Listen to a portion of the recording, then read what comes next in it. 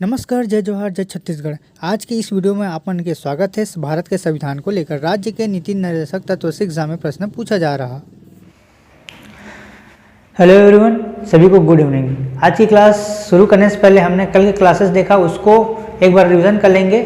मौलिक अधिकार यानी कि देखिए, भारत के संविधान के टॉपिक क्रम वाइज आपको हम तैयारी करा रहे हैं। सीजीपीएससी प्रीलिम्स का एग्जाम हो या व्यापम के जो भी एग्जाम की आप तैयारी कर रहे हैं, तो आज की जो सेशन रहेगा आपका, है ना, मौलिक अधिकार। हमने कल के वीडियो देखा, अगर वो वीडियो आपने नहीं देखा तो जाइए, डिस्क्रिप्शन के नीचे लिंक में दिए गए, जाके आप देख सकेंगे।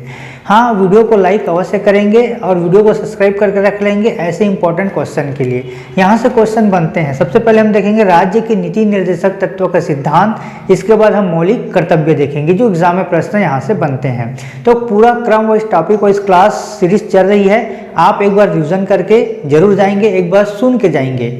अगर आप कितने भी पढ़ लो, एक बार रिविजन नहीं करोगे तो आपका तैयारी नहीं होता है ना। तो आपको सिर्फ अब रिविजन करना है, तैयारी नहीं करना है, रिविजन करना है, पढ़ना नहीं है।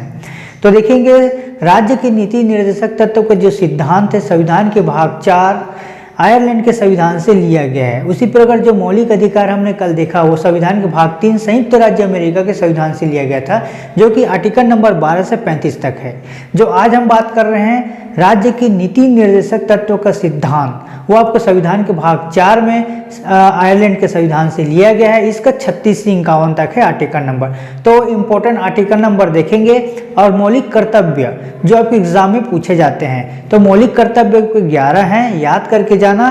और सरदार स्वर्ण सिंह समिति के अनुशंसा पर संविधान के 42वें संविधान संशोधन 1976 के द्वारा ये कर्तव्य संविधान में जोड़ा गया है। इसे संविधान में जोड़ा गया है और इसे भाग 4 का अनुच्छेद 51 के तहत रखा गया है। जो वर्तमान मौलिक कर्तव्य है वो आपके 11 हैं, तो उसको एक बार पढ़ के जाएंगे। ठीक, अब मैं बात करूं राज्य के नीति निर्देशक तत्व के सिद्धांत। तो चलिए हम देखेंगे राज्य के नीति निर्देशक तत्व का जो सिद्धांत है, आप नोट करते चलेंगे। भारत के संविधान में कल्याणकारी राज्य की संकल्पना का समावेश, भारत के जो कल्याणकारी राज्य के संकल्पना का जो समावेश है वो राज्य के नीति निर्देशक तत्व में दिया गया है।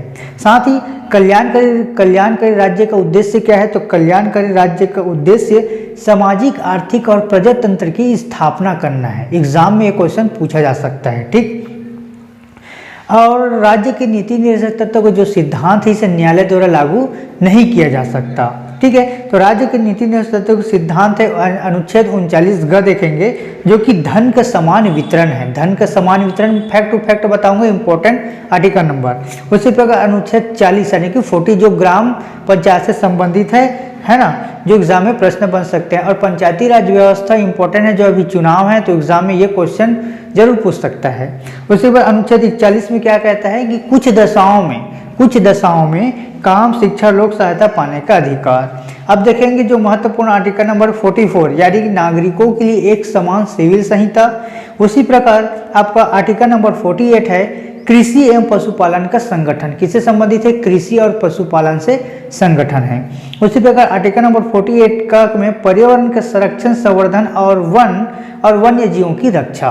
ठीक, आर्टिकल नंबर 48 देखें। अब आर्टिकल नंबर 49 में क्या कहता है कि राष्ट्रीय महत्व के स्मारकों और स्थानों व वस्तुओं का संरक्षण। ठीक, उसी प्रकार आर्टिकल नंबर 50 में क्या कहता है, कार्यपालिका और न्यायपालिका का पृथक्करण। इसमें क्या कहा गया आर्टिकल नंबर 50 में, कार्यपालिका और न्यायपालिका का पृथक्करण है। ठीक है, यहाँ तक इंपॉर्टेंट क्वेश्चन मैंने आपको बताया।